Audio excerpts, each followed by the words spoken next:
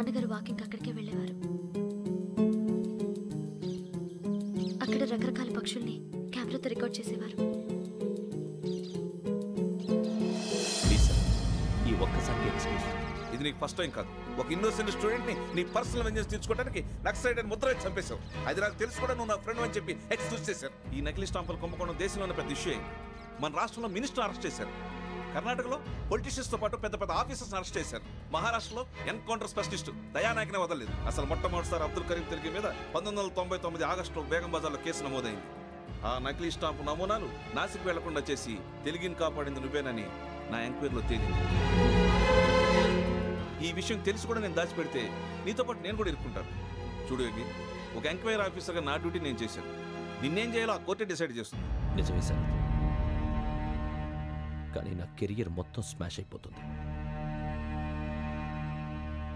Try to cooperate.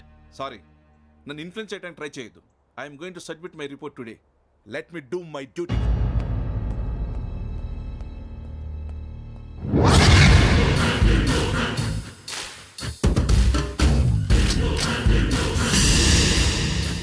Sarath,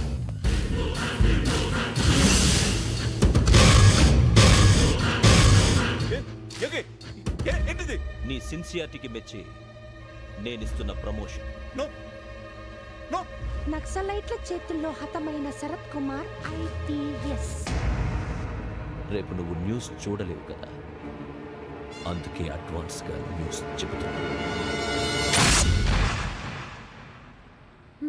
Venky, వాడిని ఎక్కడో చూశానని చెప్పాను కదా, మా ఫ్లాట్స్ లోనే చూసాను. ఎప్పుడు? అదే మేము ఊరెళ్ళే రోజు. మీరుండే ఏరియా ఏ పోలీస్ స్టేషన్ లిమిట్స్ లోకి వస్తుంది? లక్టీ కపూర్. ఈ యోగేందర్ శర్మ ఏపీ పోలీస్ అకాడమీకి హెడ్ ఆఫీసర్గా రావడానికి ముందు లకడి కబ్బుల్లోనే డీసీపీగా పనిచేసేవాడు. అంటే శ్రావణి, ఆ రోజు ఏం జరిగింది? మా నాన్నగారు ఆ రోజు ఎందుకో చాలా టెన్షన్గా ఇంటికి వచ్చారు. నాన్న, జ్యూస్ ఇక్కడ పెడుతున్నాను, తాగండి. అలాగే.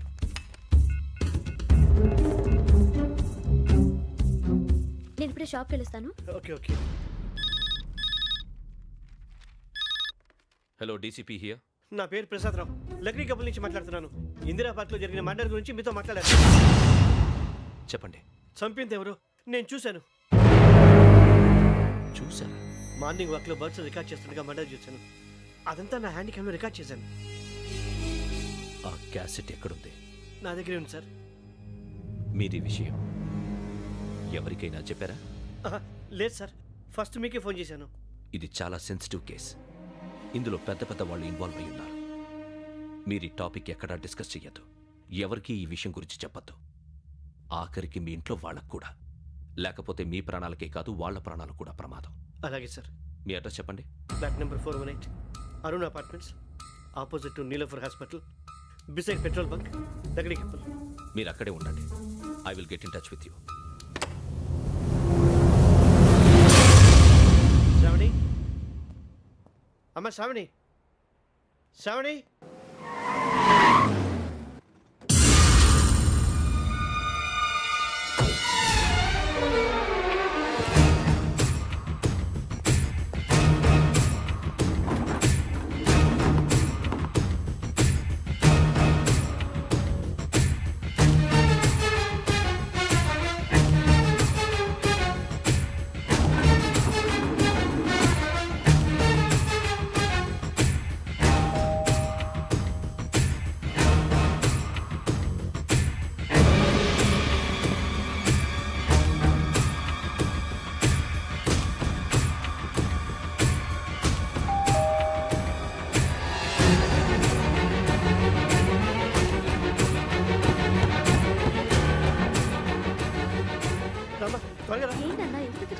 ఏం లేదు, చెప్తారా?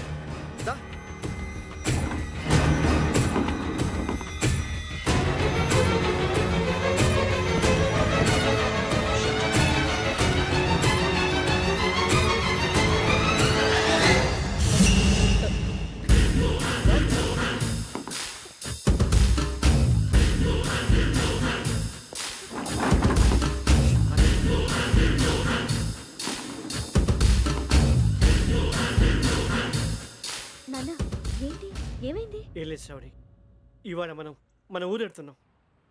ఆయన చూసిన నేరాన్ని పోలీసులు చెప్పాలనే కంగారులో హంతకుడికి వివరాలన్నీ చెప్పేశారు. మీ ఫ్లాట్ ముందు యోగేంద్రని చూసి భయంతో మీ నాన్నగారు మిమ్మల్ని ఊరికి తీసుకెళ్ళిపోయారు. వచ్చేటప్పుడు కూడా యోగేంద్ర హంతకుడని తెలియక మీ బెర్త్ నెంబర్స్ వాడికి ఇచ్చేశారు. బెర్త్ నెంబర్స్ మారటం వల్ల మీ నాన్నగారితో పాటు ఆ అమ్మాయిని చంపేశాడు. వాడిని వదలకూడదురా. ఈ క్యాసెట్ మన దగ్గర ఉండగా వాడు తప్పించుకోవడం కష్టం. కానీ ఈ సాక్ష్యాన్ని పోలీసులు అందజేద్దామంటే ఈ కేసు డీల్ చేస్తున్న డీసీపీ భరత్ వాడికి చాలా క్లోజు. పోనీ మనం గవర్నర్ని కలిస్తే? వాట్? గవర్నర్ అపాయింట్మెంట్ తీసుకున్నారా? అవును సార్, వాళ్ళ దగ్గర ఎవిడెన్స్ ఉందట. పోలీస్ డిపార్ట్మెంట్ మీద నమ్మకం లేక గవర్నర్ రిక్వెస్ట్ చేస్తే రేపు హాలిడే అయినా స్పెషల్గా కన్సిడర్ చేసి అపాయింట్మెంట్ ఇచ్చారు.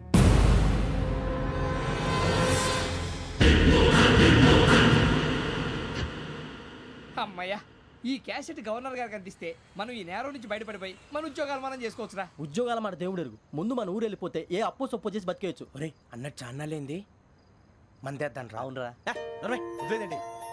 ఓ మందంటే ముందుండేవాడు శ్రావణి గారు మిమ్మల్ని చూసి భయపడుతున్నాడు. నాకు భయపడుతున్నాడా? మందు కొట్టక ముందు ఈడు అందరికి భయపడతాడు, మందు కొట్టిన తర్వాత ఈడికి అందరు భయపడతారు. అది తెలుసు. అబ్బే ఇప్పుడు అలాంటివి ఏం జరగవండి. కాకపోతే ఈ మధ్య కొంచెం టెన్షన్స్ ఎక్కువై మీకు తెలియదే ఉందండి. ఈ ఒక్కసారి కాదనకండి ప్లీజ్ అండి, చెప్పరా? ఈ ఒక్కసారి సరే హ్యాపీగా తాగండి, నాకేం ప్రాబ్లం లేదు. వద్దురా, ఆడపిల్లల ముందు మన తాగడం పద్ధతి కాదు, అది నాకు ఇష్టం ఉండదు. హలో, మీతో పాటు నాకు ఓ వైన్ బాటిల్ పట్టుకురావడం మర్చిపోవద్దు. వస్తానంటే నేనంటానా, వస్తానంటే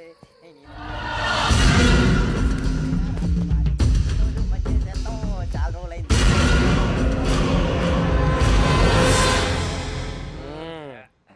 కడుపు నిండా తాగి ఎన్నాళ్ళైందిరా? తాగి చాలా రోజులు అయింది కదా, కొంచెం కళ్ళు తిరుగుతున్నా. నాకు మాత్రం జరగట్లేదు.